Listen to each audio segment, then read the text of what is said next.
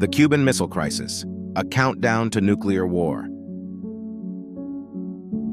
Today, buckle up as we embark on a riveting journey through one of the most nerve-wracking moments in history, the Cuban Missile Crisis.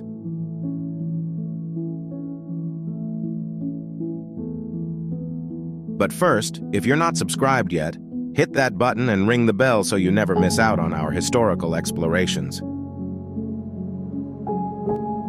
In October 1962, the world held its breath as the United States and the Soviet Union danced on the brink of war.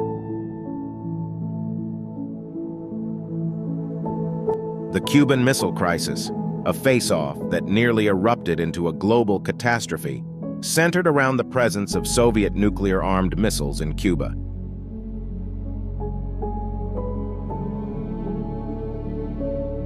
Back in May 1960, Soviet Premier Nikita Khrushchev had pledged to defend Cuba with Soviet arms, setting the stage for a confrontation that would test the nerves of leaders on both sides.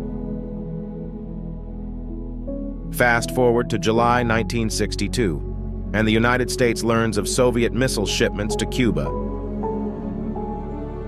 Picture the scenario: Soviet medium and intermediate range ballistic missiles capable of reaching the eastern United States within minutes if launched from Cuba. Tensions were soaring, and the world was tiptoeing on the precipice of a nuclear abyss. By August 29th, U.S. U-2 spy planes reported new military constructions and the presence of Soviet technicians on the island.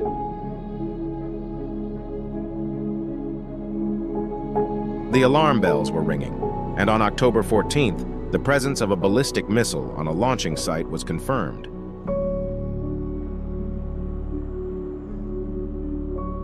The stakes couldn't be higher. Faced with the imminent threat, Kennedy had to make a critical decision. Invasion, airstrikes, diplomatic maneuvers, options were on the table. After careful consideration, Kennedy opted for a naval quarantine, a blockade on Cuba to halt further Soviet missile shipments. On October 22nd, Kennedy announced the quarantine, sending shockwaves through the world. He warned that U.S. forces would seize offensive weapons from Soviet vessels attempting to deliver to Cuba.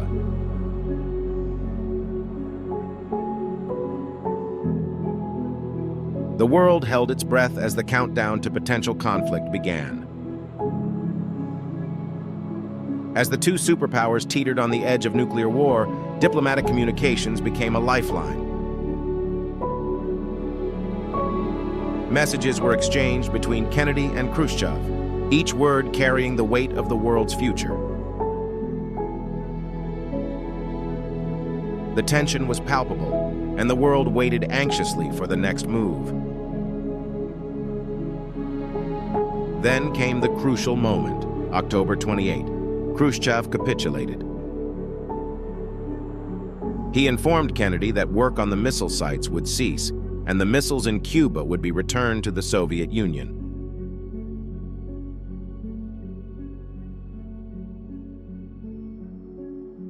In a strategic exchange, Kennedy committed the United States to never invade Cuba and secretly agreed to withdraw nuclear-armed missiles from Turkey.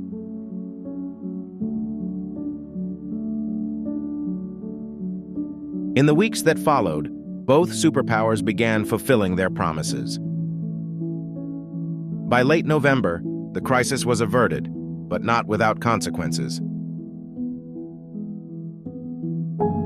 Fidel Castro, Cuba's leader, felt the sting of Soviet retreat and was left powerless in the face of the U.S. ultimatum.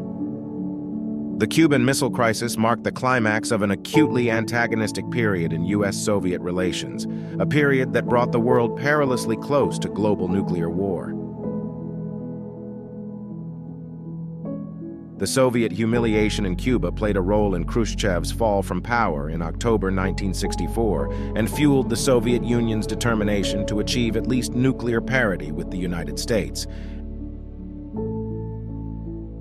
And there you have it, the heart-pounding narrative of the Cuban Missile Crisis.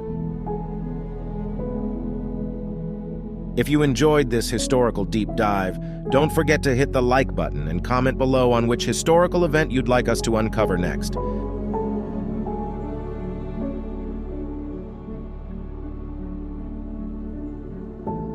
Stay curious and keep exploring the past.